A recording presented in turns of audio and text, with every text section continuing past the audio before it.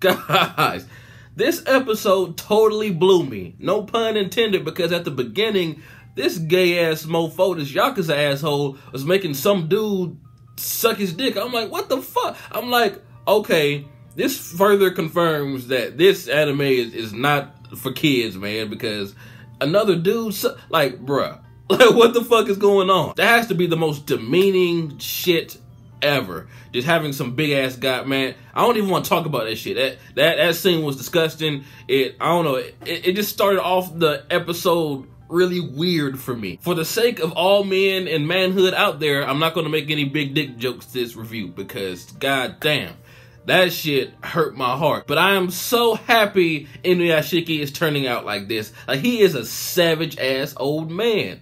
I was actually thinking that, you know, whenever he stops people, he'll be like, okay, you know, you got to go to jail, you know, do your time. I thought he was going to be like a good guy, like a strictly good guy. But no, this mofo almost kills people. Like, he won't cross that line as of right now anyway, but he makes sure that they can't do shit. Well, he fucked those dudes up at the end. He made sure they can't walk again, they can't see again, they can't eat by themselves again. I'm like, damn, dude, that's savage. I wasn't expecting this sweet old man to do that to people like this, but I'm glad he's more than, you know, just capture them and take them to jail or whatever. Because that's the vibe I got from him in the first episode. I mean, he did kind of ruin those kids' lives by putting their personal info all over, you know, the TV and stuff in the first episode, but they deserved it. But that wasn't really the most harshest of punishment, so I thought he wouldn't cross a certain line. But this guy specifically targeted their eyes, their spinal cords, and the specific muscles they need to goddamn eat on their own and move. I'm like, damn. It's like they might as well be dead. He's like, hey, you motherfuckers, for the rest of your lives, gonna have to get someone to wipe your ass, gonna have to get someone to feed you, tell you where the hell to go, and you'll always be in constant pain. This is a reminder of the shit you've done to people. I'm like, Inuyashiki is a savage. He said, you will never forget this pain. You won't even be able to take your own life. I made it so you can't do shit. And he demolished everyone in that building. I was like, damn. Like, I don't know why this is getting me so hyped, but Inuyashiki, man, I'm loving the show. I'm loving the actual character, the main character. And he totally proved me wrong, man, because I thought he was just gonna, you know, immobilize them in some sort of way, kind of like he did in the first episode. Maybe he was gonna use those beams of light to come out of his back to, you know, just cripple him. But he crippled him all right, way more than I thought he would. But seeing as he took multiple bullets, like from machine guns and pistols throughout this entire episode, makes me wonder, how is he going to take out Hiro? You know, the guy that has the same powers as him. You know, I'm pretty sure the technology that he has is more powerful than actual bullets, but still, if he's that indestructible, that means that Hiro is as well. So, I mean, shit, this is going to be some crazy shit when they actually show down. I hope they do anyway. But that Yakuza asshole, man, it was just so disheartening, man, seeing this woman and this guy. She really loves this guy. She said he doesn't make that much money. I think he makes just like $30,000 a year. That sounds like a lot, but I think in Japan that's not a lot. You know, correct me if I'm wrong. I'm not really sure on, you know, their, you know, work over there, but she was like, he's not that handsome, but he's just so cool, and she loves him. They were about to get married, or they were talking about marriage, and then this guy comes up and kidnaps her and drugs her, and then when he takes her to, man, that Yakuza asshole, I was so nervous the entire episode, because I'm like, they look like they're a really happy couple, and this guy's going to come in and kill one of them or something. Like, I was nervous the whole episode, like, please don't fuck up this, you know, going to be a happy family. They were talking about kids. She was like, I'll give you as many kids as you want. I'm like, damn, please do not mess up this family that hasn't even really started yet. And I was like, oh boy. When he broke into the house and choked the dude, and when Inuyashiki said he died, I was like, oh fuck, I hope this old man kicks the Yakuza's ass. But thankfully he was able to revive him. But it seems as though he can't revive the dead with his, you know, alien tech powers. He did that, you know, with his sheer will and, you know, CPR and stuff. So I'm guessing his alien powers can heal things, but can't necessarily revive the dead, if that makes any sense. But when she escaped on her own the first time, and she went back to her boyfriend, and they got that text about, if you call the police, you know, we'll kill your family or whatever, from the Yakuza guy. I'm like,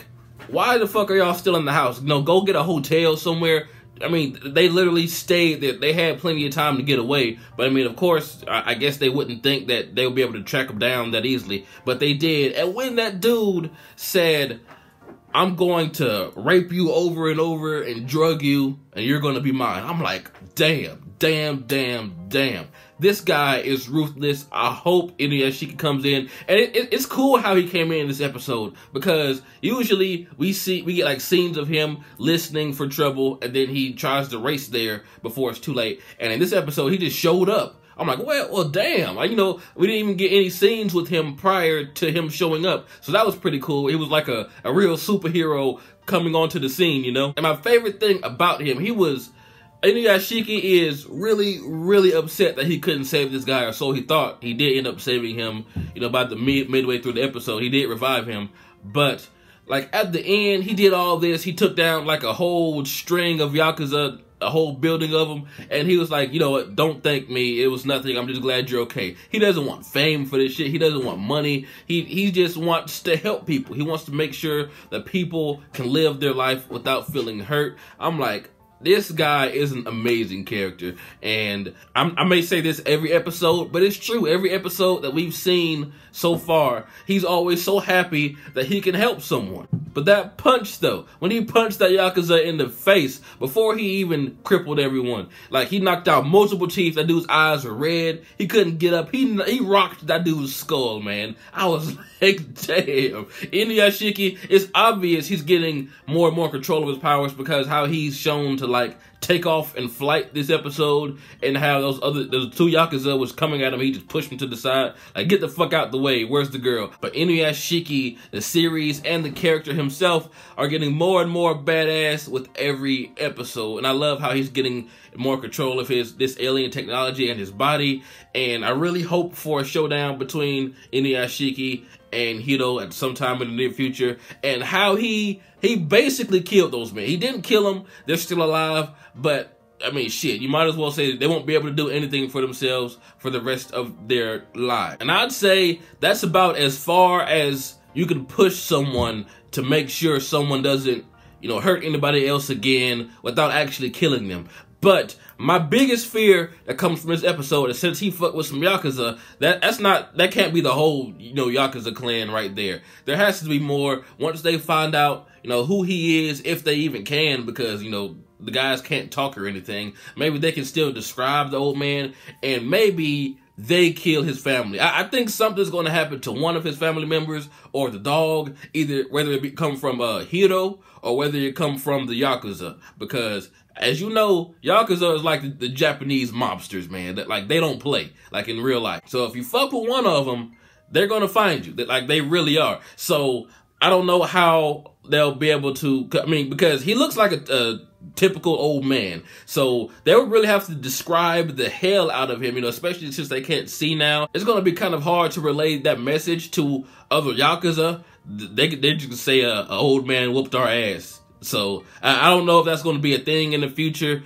but, you know, usually in movies and anime, when you fuck with a Yakuza, they come back for blood eventually. So that may be a thing, it may not, who knows. But tell me what you guys thought about this awesome episode down below. I'm glad that the main Yakuza bad guy, you know, forgive me, I forgot his name, because I watched the episode last night, and I'm reviewing it in the morning, so I kind of, you know, forgot his name, whatever. But I'm glad he got fucked up. I almost wish Inuyashiki killed him, but this is almost better. Like, he has to live with this shit now. But tell me what you guys think. This has been jbDAuchiha.